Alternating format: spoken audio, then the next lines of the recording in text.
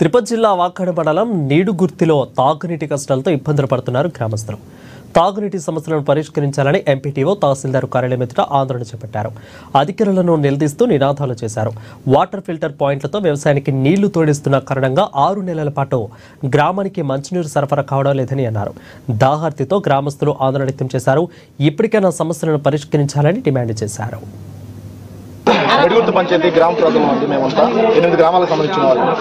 2017లో TDP government లో ప్రస్తుతం ఉన్నటువంటి ఎమ్మెల్యే గారు ఎస్సీ సబ్ ప్లాన్ కింద మాకు ట్యాంక్ ఒకటి శాంక్షన్ చేశాడండి.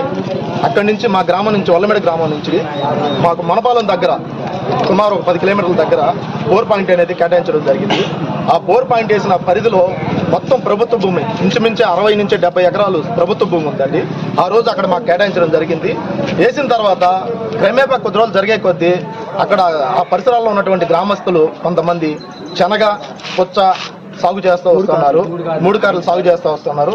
ఏదైతే ప్రభుత్వ భూమి ఉందో దాన్ని వాళ్ళ భుజబలంతో మా దగ్గర మాకేదైతే నీటి సదుపాయం కల్పించి బోర్ పాయింట్ వేశారో ఆ పాయింట్ చుట్టూరు వాళ్ళు శనగ సాగు చేస్తూ ఉన్నారు.